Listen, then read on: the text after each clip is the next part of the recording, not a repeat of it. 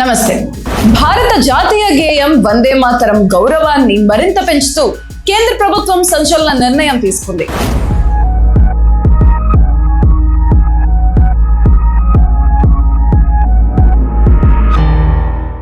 ఇప్పటి వరకు అధికారిక కార్యక్రమాల్లో కేవలం మొదటి 2 చరణాలు మాత్రమే పాడే సంప్రదాయం ఉండగా ఇకపై పూర్తి గేయాన్ని ఆలపించాలని స్పష్టం చేసింది. 2026 జనవరి 28 నుంచి ఈ కొత్త మార్గదర్శకాలు అమల్లోకి వచ్చాయి. అసలు ఈ మార్పు వెనుక ఉన్న ఉద్దేశం ఏంటి? కొత్త రూల్స్ ఏం చెప్తున్నాయి? వందే మాతరం 150 ఏళ్ల ప్రస్థానంపై ప్రత్యేక విశ్లేషణ ఇప్పుడు చూద్దాం.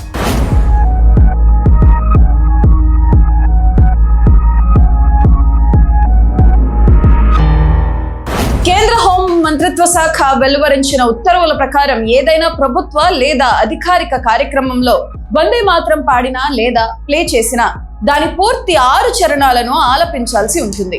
దీని మొత్తం వ్యవధిని 3 నిమిషాల 10 సెకండ్లుగా కేంద్రం నిర్ణయించింది.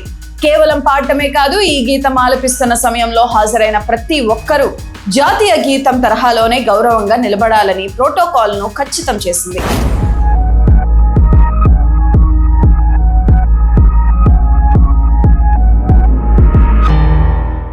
చాలా సందర్భాల్లో జాతీయ గీతం, జాతీయ గేయం రెండింటిని ఒకే వేదికపై ప్రదర్శిస్తుంటారు.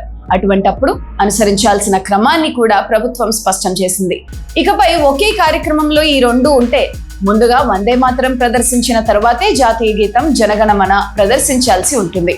రాష్ట్రపతి, గవర్నర్ల రాక, వారి ప్రసంగాలకు ముందు, తరువాత పద్మ అవార్డుల ప్రధానోత్సవం వంటి అన్ని అధికారిక సందర్భాల్లో ఈ ప్రోటోకాల్ వర్తిస్తుంది.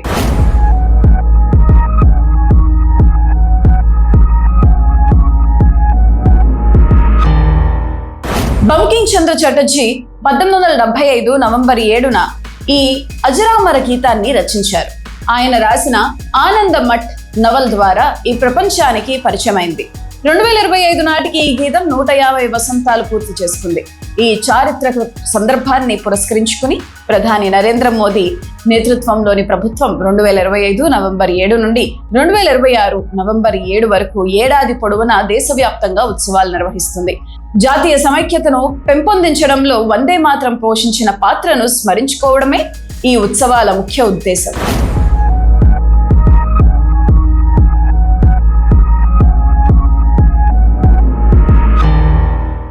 వందే మాతరం కేవలం ఒక పాట కాదు, అది భారత ఆత్మగౌరవానికి ప్రతీక. 1950లోనే డాక్టర్ రాజేంద్ర ప్రసాద్ వందే మాతరానికి జాతీయ గీతంలో సమాన గౌరవం ఉంటుందని ప్రకటించారు. ఇప్పుడు కేంద్రం తీసుకునే నిర్ణయం ఆ గౌరవాన్ని మరింత ప్రామాణీకరించింది.